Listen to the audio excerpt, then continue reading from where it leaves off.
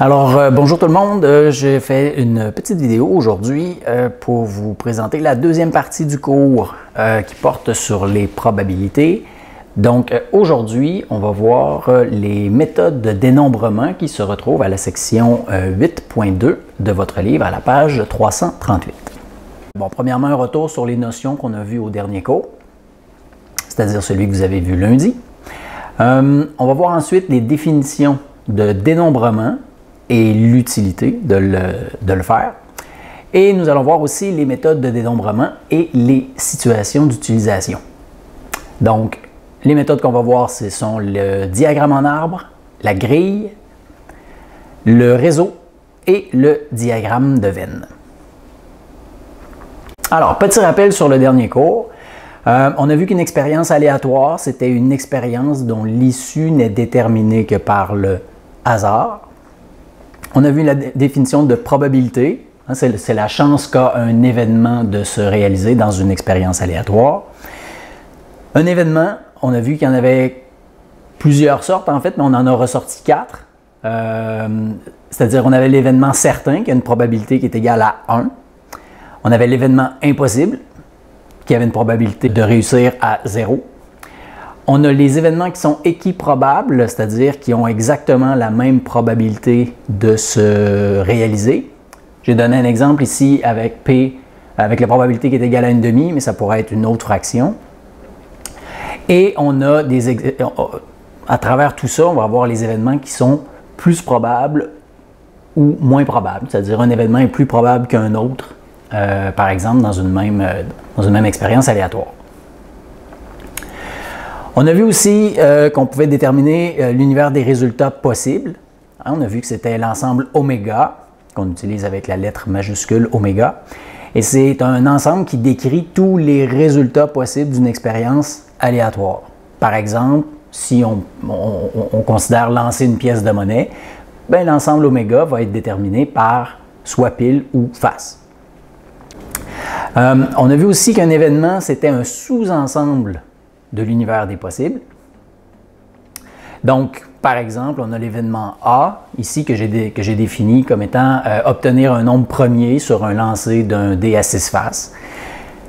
Donc, l'événement A, les événements qui sont associés à cet événement-là, donc c'est d'obtenir, on sait que les nombres premiers sur un dé de 1 à 6, c'est 2, 3 et 5. On se rappelle que 1, ce n'est pas un nombre premier.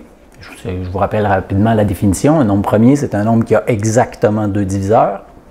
Donc, 1 ne sera pas un nombre premier parce qu'il n'a pas de 2 diviseurs. Alors, les nombres premiers sont 2, 3 et 5. Et on sait que l'univers des possibles associés à un dé à 6 faces sont 1, 2, 3, 4, 5 et 6. Et donc, la probabilité associée à l'événement A serait, quand on considère le nombre de cas favorables, c'est-à-dire les nombres premiers, sur tous les cas possibles, ils vont être de 3 cas favorables, le 2, le 3 et le 5, sur 6 pour tous les cas possibles d'un dé à 6 faces. Donc, on aurait une probabilité d'1/2. Et finalement, on a vu qu'une expérience aléatoire pouvait être simple ou composée. Une aléatoire simple, elle a une seule étape, par exemple, lancer une pièce de monnaie. Et une expérience aléatoire composée, elle, va comporter plusieurs étapes. Dans ce cas-ci, ça pourrait être lancer une pièce de monnaie plus tirer une carte d'un jeu de 52 cartes, par exemple. On a vu enfin qu'il pouvait y avoir un ordre dans les résultats. L'ordre des résultats va déterminer le nombre de résultats qui sont associés à une expérience aléatoire. Et on a vu aussi qu'il y avait il pouvait y avoir une dépendance entre les différentes étapes d'une expérience aléatoire composée. C'est-à-dire que si on fait une expérience sans remise, donc si je pige et que je ne remets pas, je pige une bille dans un sac par exemple et je ne remets pas la bille dans le sac, nécessairement la deuxième pige va être influencée par la première. Alors qu'on aurait une indépendance d'événements si on remettait la bille dans le sac. Voilà. Alors, entrons dans le vif du sujet. Le dénombrement, ça va servir à quoi? En fait, le dénombrement, on va le faire dans toutes les situations. C'est-à-dire qu'on va compter le nombre de résultats possibles de chacune des expériences qu'on va faire. On veut savoir à chaque fois, c'est quoi l'univers des résultats possibles. C'est quoi le oméga, pour pouvoir calculer notre probabilité. Dans le cas des expériences aléatoires simples, ça se fait assez aisément. On peut prendre le lancer d'un dé à 6 faces. Mais le oméga ici, on va pouvoir le définir comme étant 1, 2, 3, 4, 5 et 6, car ce sont tous les résultats que je peux obtenir. Si on fait le lancer d'une pièce de 25 sous, encore là, c'est tout simplement le lancer d'une pièce de monnaie, on peut obtenir deux résultats, soit pile, soit face.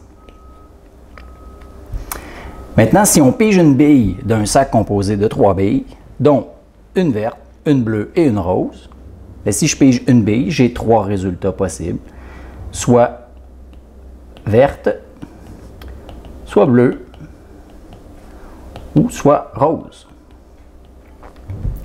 Donc, on n'a pas vraiment besoin de méthode particulière pour dénombrer ici. Il s'agit juste de savoir à quoi on a affaire. Bon, évidemment, on n'aura pas toujours affaire à des expériences aléatoires simples. Bon, on pourrait avoir affaire à des expériences aléatoires composées. Et là, on va se donner des outils de plus. Le premier qu'on va voir, c'est le diagramme en arbre. Ça, c'est une méthode qui est utilisée pour représenter les résultats possibles d'une expérience à plusieurs étapes. Donc, elle peut être utile dans la majorité des cas. Voyons voir comment ça fonctionne. Prenons le cas d'un lancer de pièces de monnaie qu'on va répéter à 3 reprises et on veut noter le résultat obtenu. Comme c'est une expérience aléatoire qui se déroule à 3 reprises et qui a 3 étapes en fait, on va avoir une expérience aléatoire composée. Donc, la première étape, on va y aller avec, on va commencer par un point de départ, donc le début de mon expérience. Je mets un petit dé ici pour dire que c'est le départ.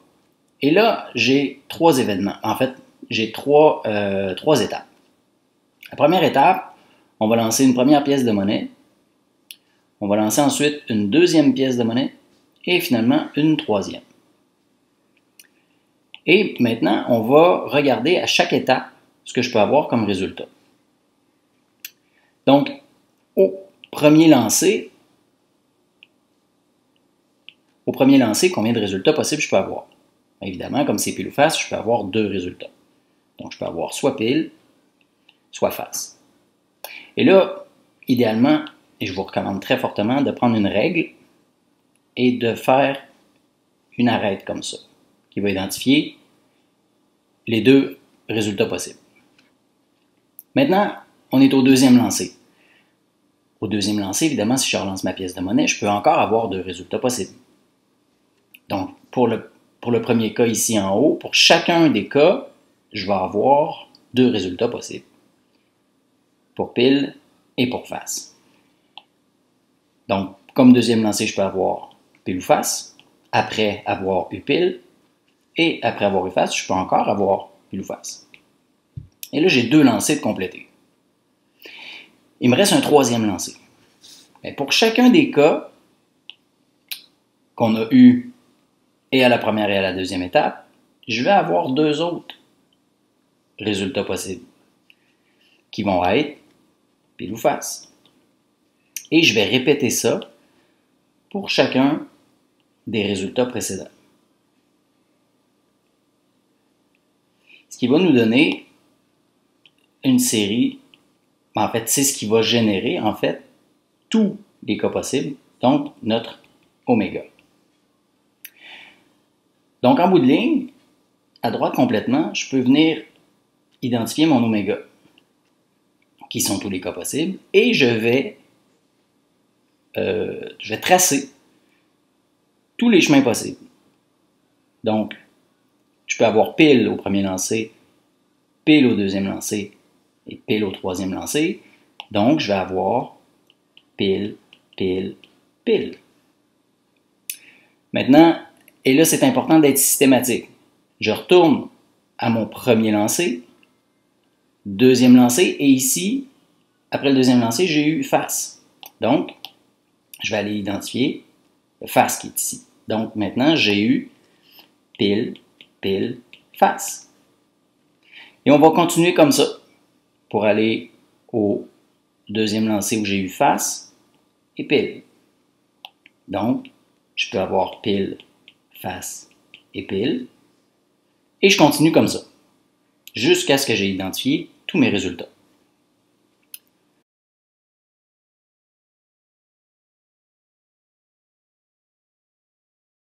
Maintenant, on regarde combien de résultats on a eu.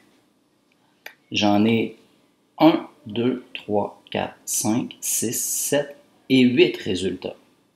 Et là, on va se rendre compte qu'il y a un lien multiplicatif entre chacune des étapes. C'est-à-dire que, à ma première étape, j'avais 2 réponses possibles. En fait, je pouvais obtenir 2 résultats différents, soit pile, soit face. Donc, j'ai 2 résultats ici. À la deuxième étape, j'ai 2 résultats aussi. Et à la troisième étape, j'ai encore 2 résultats. Et on va se rendre compte qu'on a un lien de multiplication qui va se produire entre chacun des résultats, qui va me donner 2 fois 2 fois 2, qui me donne 2 exposant 3, qui est égal à 8 résultats, les 8 résultats qui sont identifiés ici.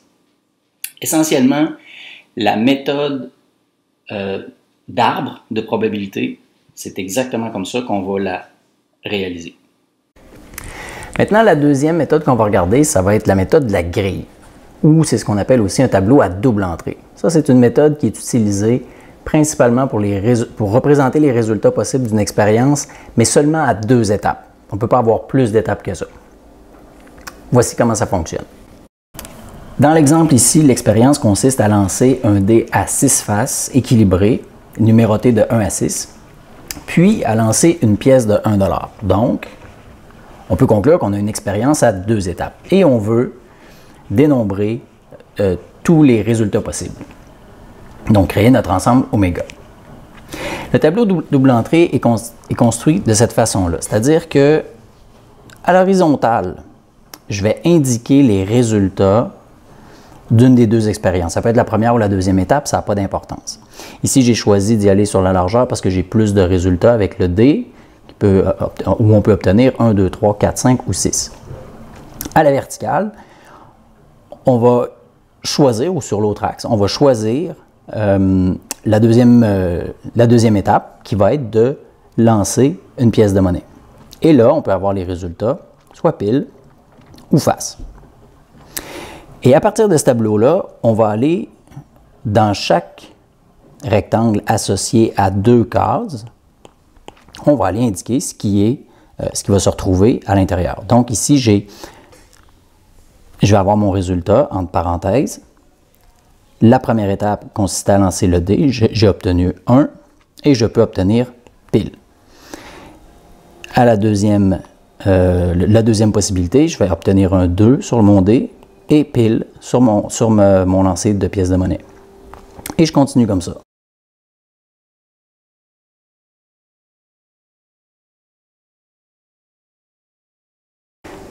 Maintenant, ce qui est intéressant de voir, c'est qu'on peut dénombrer encore une fois les résultats qu'on a ici à l'intérieur de notre grille.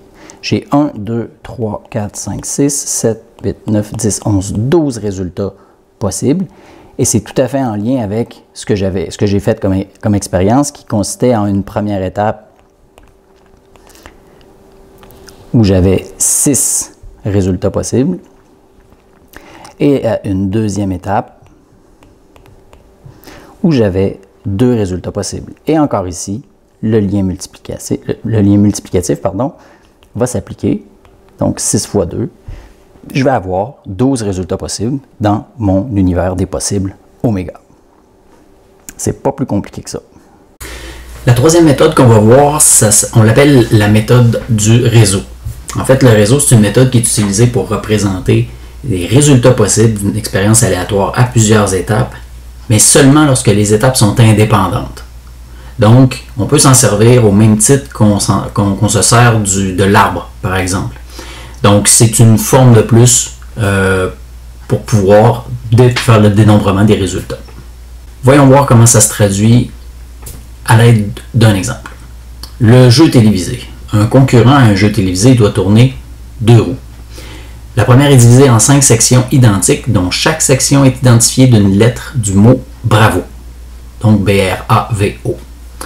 La deuxième compte 3 sections identiques, peintes en rouge, en jaune et en vert. Pour remporter, le concurrent doit tirer, dans l'ordre, la lettre B suivie de la couleur vert. On s'intéresse à la probabilité de ce concurrent de gagner. Bon, on se rappelle que l'utilisation du réseau se fait avec des expériences aléatoires dont les étapes sont indépendantes. Ici, clairement, j'ai 2 roues. Le fait de tourner la première roue n'aura pas d'impact sur la deuxième roue. Donc, on va parler premièrement d'indépendance.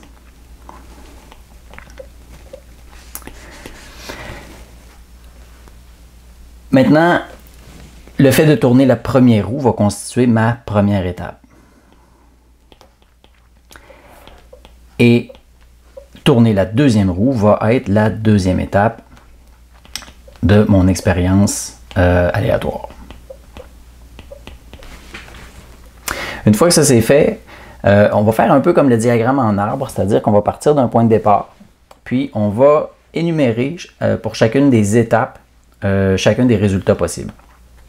Donc, mon point de départ va être ici à gauche. Et maintenant, les résultats possibles pour la première étape, ben, je vais énumérer les lettres que je peux obtenir. C'est-à-dire le B, le R, le A, le V et le O. Et ça va nous amener au début de la deuxième étape. Et je vais tracer des lignes qui vont partir de mon point de départ en passant par chacun des résultats jusqu'au début de ma deuxième étape. C'est ce qui va constituer la première partie de mon réseau. Et ici, on sait qu'on a 5 résultats possibles. Maintenant, si je regarde la deuxième étape, ben je sais que je peux obtenir 3 résultats. Soit le rouge, soit le jaune, ou soit le vert. Et je vais repartir du début de la première étape jusqu'à la fin de mon expérience. Donc, je vais tracer encore là un réseau qui va relier les points en passant par chacun des résultats. Et je peux identifier les 3 résultats qui sont ici. Maintenant, je sais que le concurrent va gagner s'il tire d'abord un B et ensuite il tourne la roue et obtient vert. Donc, pour identifier le lien du réseau qui va permettre de représenter, si on veut, l'expérience aléatoire ou le résultat à obtenir, ça va être ce lien-là. Et encore ici, le lien multiplicatif va apparaître et on va obtenir 15 résultats. Ces 15 résultats-là font partie de mon univers des résultats possibles. Donc, mon oméga va être égal à 15. Ce qui veut dire que, comme on s'intéresse à la probabilité, je vais dire la probabilité d'obtenir un B et la couleur verte, elle est, j'ai juste un chemin qui me permet de le faire, donc elle est de 1 sur 15. Donc, mon concurrent a une chance sur 15 de réussir. Alors, pour compléter ce cours, on va voir la dernière méthode pour faire le dénombrement des résultats possibles. On va voir le diagramme de Venn. Le diagramme de Venn, c'est celui qu'on a déjà utilisé quand on a travaillé le PPCM et le PGCD. Donc, cette méthode-là, on va l'utiliser pour représenter les résultats d'un ou de plusieurs événements, mais à l'intérieur de l'univers de tous les résultats possibles. Donc, on va déjà avoir une idée, on va déjà connaître les résultats possibles, on va déjà connaître l'univers. Il va maintenant rester à les classer en fonction de certains événements qui nous intéressent. Voici comment ça se présente. Une expérience aléatoire consiste à lancer un dé à 12 faces et à noter le résultat obtenu. On s'intéresse aux événements suivants. Événement A, obtenir un nombre premier. Événement B, obtenir un nombre inférieur à 7. On s'intéresse à la probabilité d'obtenir un nombre premier qui n'est pas inférieur à 7. Donc, première étape, considérant qu'on sait qu'on a un dé à 12 faces, on peut déjà déterminer notre oméga. Donc, l'univers des résultats possibles va être défini par les résultats 1, 2, 3, 4, 5, 6, 7, 8, 9, 10, 11 et jusqu'à 12. Donc ça, c'est notre oméga. Celui-là, on le connaît déjà. Maintenant, on va les classer dans un diagramme de Venn, donc dans les deux cercles, chacun des nombres qui ont les caractéristiques de ces ensembles-là. Bon, règle générale, quand on va tracer un diagramme de Venn, on va utiliser des ovales plutôt que des cercles. Ça nous laisse plus de place pour indiquer nos nombres. Donc ça, c'est mes deux ensembles qui vont déterminer chacun un événement. Le premier cercle va être associé à l'événement A. Donc tous les nombres qui sont premiers vont se retrouver dans ce cercle-là. Et là, quand j'utilise le mot cercle, je veux dire ovale, là. Donc dans le cercle B, ça va être tous les nombres qui sont des nombres inférieurs à 7. Et là, il y a peut-être certains nombres qu'on ne pourra pas placer dans ces deux ensembles-là. On va en construire un troisième. On va toujours construire un grand rectangle autour de nos cercles. Et cet ensemble-là, c'est dans cet ensemble-là, en fait, que va se retrouver tout ce qui n'a pas pu rentrer soit dans l'événement A ou dans l'événement B. Et ça, on va l'appeler oméga. Donc ça, c'est tout ce qui est dans oméga, mais qui n'est pas dans les deux ensembles. Maintenant, on se pose la question, mais quel nombre je vais pouvoir placer à l'intérieur de mes ensembles? Bon, on va y aller un par un. Le nombre 1, est-ce que c'est un nombre premier? Non, donc on ne peut pas le mettre dans A. Est-ce que c'est un nombre qui est inférieur à 7? Oui. Donc, on peut dire que 1 s'en vient ici.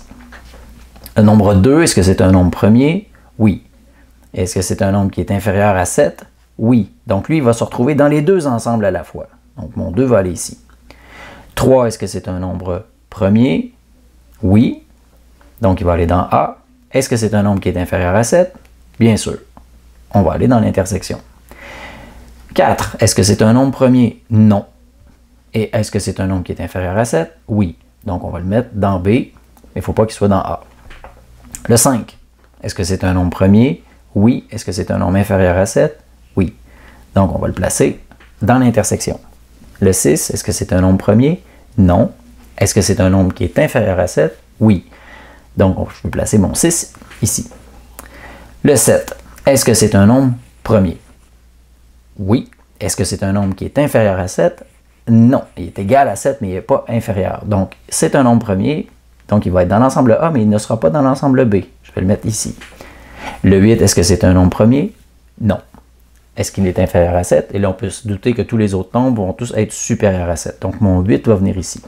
Mon 9, est-ce que c'est un nombre premier? Non. Donc, je vais le placer là, parce qu'il n'est pas inférieur à 7. Le 10, est-ce que c'est un nombre premier? Non. Je le place là. Le 11, c'est un nombre premier? Oui. Donc, je vais le placer dans A. Et maintenant, mon 12, parce que je sais que j'ai un dé à 12 faces, va s'en venir ici parce que c'est ni un nombre premier, ni un nombre qui est inférieur à 7. Maintenant, on se pose la question, quelle est la probabilité d'obtenir un nombre premier qui n'est pas inférieur à 7? Donc, tous mes nombres premiers qui ne sont pas inférieurs à 7, c'est ceux qui se retrouvent dans A, mais qui ne se retrouvent pas dans B. Donc, ça va être tous les nombres qui sont dans l'ensemble ici. Donc, ça va être le 7 et le 11. Donc, ma probabilité va être égale à 2 sur 12, ou encore un sixième. Alors voilà, c'est ce qui met fin à notre vidéo pour aujourd'hui. Si vous avez des questions, je vous invite à m'écrire. Vous pouvez me poser vos questions au moment que vous désirez. Je vous rappelle que tous les mardis et les jeudis, il va y avoir des Google Meet sur la matière. Et cette matière-là va être déposée, quant à elle, tous les lundis et tous les mercredis. Et on va fonctionner comme ça jusqu'à la fin de l'année scolaire. Je vous souhaite une bonne journée. Au revoir.